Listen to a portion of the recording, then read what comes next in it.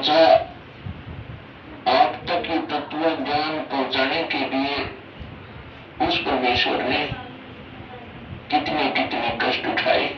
आप तक पहुंचने के लिए उस परमात्मा ने भिन्न भिन्न वेश बनाए, और आप जी ने इस काल की भांग को इतना पी लिया कि इस काल के इस नकली सुख, इस झूठे सुख के नशे में आप भगवान को पहचानना भूल गए।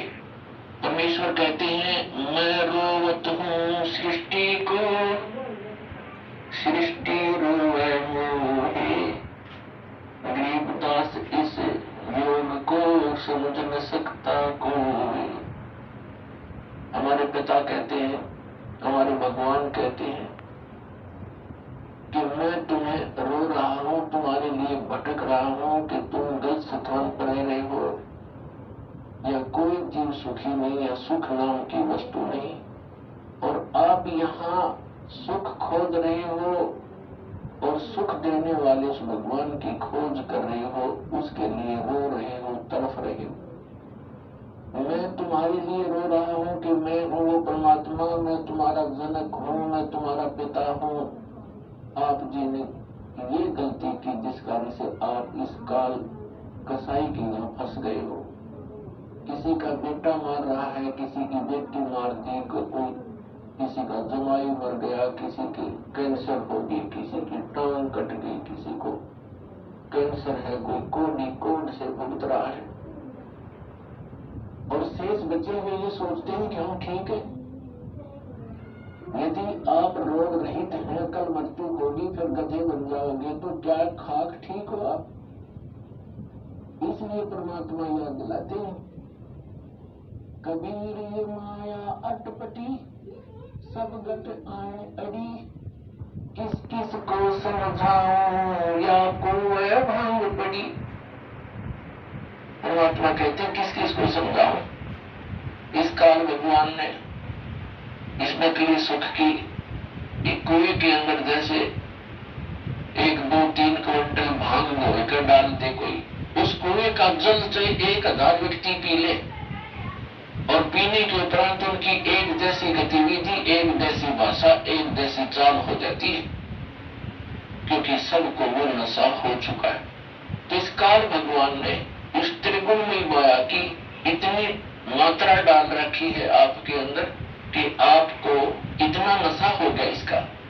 जैसे किसी के पास बढ़िया मकान कोठी हो जाती है, कार हो जाती है, उसको नशा है वो, और वो फूला नहीं समाता, और वो भूल जाता है बालक कल मृत्यु हो जाएगी, ये कार कोठी तेरे साथ नहीं जाएंगी, यहाँ वो जी क्यों नहीं आती आपकी। परमात्मा में याद दिलाना चाहते हैं कि इन सुखों को जहां आप यहाँ खोज रहे हो, आपको सतलोक में मिलेंगे। यहाँ तो आपने जो कार्बन व्यवस्था कर ली, 36 पंगे पाक है, फिर उसमें कोई इंजन में गड़बड़ है, कोई पेट्रोल डलवाना, जीव देखनी पड़े।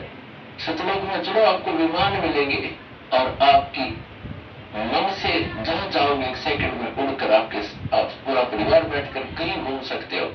कोई पैसा नहीं लगेगा, आपको सब वस्तु मुफ्त मिलेंगी, सब सुख होगा, आपकी कभी मृत्यु नहीं होगी, आपका ऐसा ही परिवार वहां सतलोक के अंदर होगा।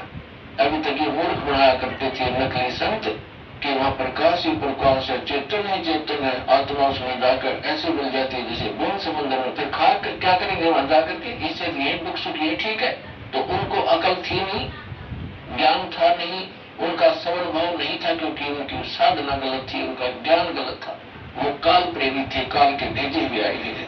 तो परमात्मा हमें याद दिलाते हैं कि झूठे सुख को सुख कहे ये मान रहा मनमोद, ये सकल जमीना काल का, कुछ मुख में कुछ गोद। अपने आत्मा आप देख रहे हो, कहीं पर भूकंप आ जाता है, हजारों लाखों की संख्या में मानव मर जाते हैं, अन्य प्राणियों की तो गिनती ही नहीं। कहीं पर फ्लड आ जाती है, गांव के गांव बह जाते हैं, हजारों की संख्या में व्यक्ति मारे जाते हैं, और वो उन मकानों को, उन वहां के संसारिक सुखों को जोड़ने में सारा जीवन लगाते हैं। उनका दृष्टिकोण सिर्फ वहीं पर केंद्रित रहता है। कि कोठी बना लूं, कार बना लूं, एक प्लाट और ले लूं, 2 कोठी और बना दूं, एक बैंक बैलेंस बना दूं, एक फैक्ट्री लगा लूं, जिससे मनी मेक ही रहता है। परमात्मा कहते हैं तो बच्चों वाले खेल खेल रहे तुम, आप जी को ज्ञान नहीं है, इसलिए यहां डरे ढोरे हो। 1 सेकंड का पता नहीं क्या बिजली गिर जाए और फिर आप ये स्थिर होना चाहते हो। ऐसे गंदे लोग में जो तत्व ज्ञान का अभाव है, जब आपको तत्व ज्ञान होगा आपके मन की स्थिति बदल जाएगी, आपका उद्देश्य बदल जाएगा। तो इस प्रकार परमात्मा हमें आकर याद दिलाते हैं, आप जी विचार कीजिए कि आपकी मृत्यु तो होगी होगी, चाहे यहाँ कोई पूरी पृथ्वी का राजा है और चाहे अमीर या गरीब है, कोई भी व्यक्ति है, आपकी मृत्यु होगी। और आपने जो कुछ भी सारे जीवन में संग्रह किया वो आपके साथ नहीं जाएगा। ये तो यूनिवर्सल ट्रूथ है, आपको सबको मालूम है। और पुण्यात्मा ठीक है, आपके पूरे दिन के पुण्य है, आपको जो भी वस्तु उपलब्ध है इसको ये समझ लो कि आपकी नहीं है, आप एक रेस्टोरेंट में रह रहे हो। अब जैसे अच्छे पूंजी वाले व्यक्ति, सेठ धनी व्यक्ति अच्छे रेस्टोरेंट में जाकर के अपना 1, 2, 3, 4 जैसा भी वो वहां दिन रात व्यतीत करना चाहते हैं, तो उनके पास पैसा घना है, तो वे हाई क्लास के, हाई क्वालिटी के रेस्टोरेंट के अंदर रह रहे हैं। वहां सुविधाएं अच्छी हैं, सोफा सेट है, बढ़िया पलंग है, टीवी रखे हैं, सारी व्यवस्था है। वहां पर बेल बजा दी, बैरा आ गया, 2 वस्तु महंगी उपलब्ध होगी खाने और पीने की। और एक गरीब व्यक्ति जाके सिंपल होटल में रुका है जिसमें तख्त पड़ा है और सिंपल आहार है, थोड़ा खर्चा है उसका।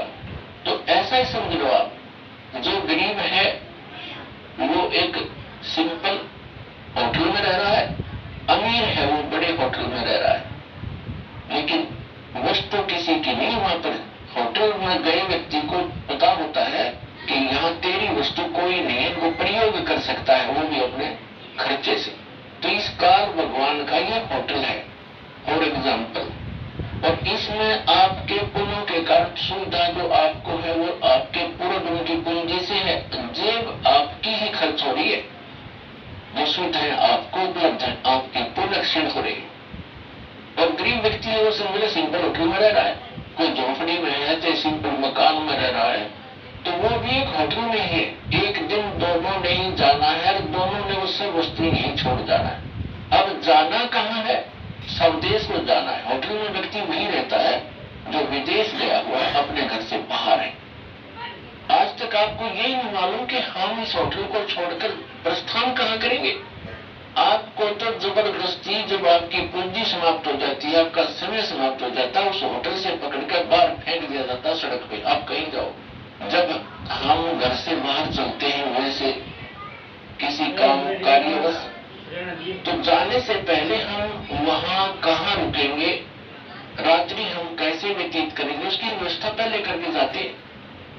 और संसार छोड़ के जाने वाला व्यक्ति कभी सोचता भी नहीं कि मृत्यु के बाद मैं कहां जाऊंगा।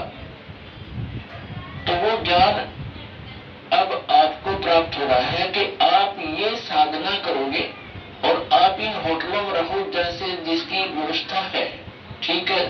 धनी है अपनी सुविधा को प्राप्त करो, निर्धन है अपने मकानों में गुजर करो।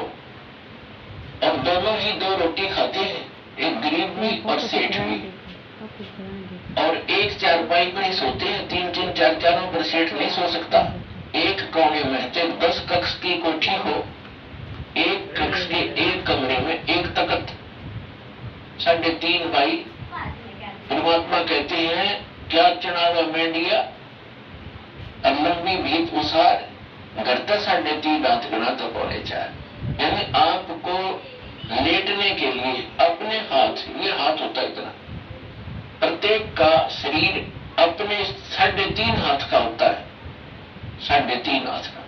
तो परमात्मा कहते हैं आपने जो 20 कक्ष की कोठी बना रखी है उसमें 3.5 हाथ और वाई 1 हाथ, तो इतनी जगह दूर आपको, बाकी उस कोठी की शर्मा मार ले, क्या बनेगा उसका?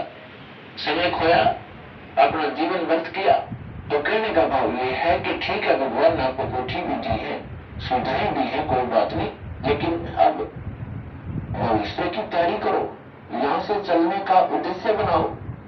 असंग जन्म हो गए आप जी ने यही भटकता कर। परमात्मा हमें बताते हैं कि आप जी यहाँ इस काल कसाई के लोक में रह रहे हो, इसने आपको अपने स्वार्थवश पाल रखा है, जैसे कसाई बकरे पालता है।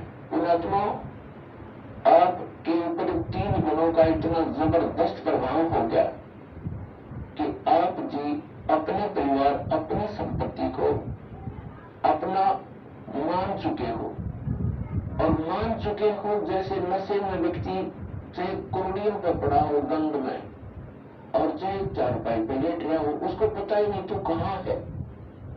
तो आज हम सभी की ये स्थिति है कि हम इस सब कुछ को अपना मान चुके, और इसको ये कहा जाता है कि आप कसाई के लोक में रह रहे हो और ये आपको सबको खाएगा बारी बारी, ये नहीं बख्शेगा किसी को भी।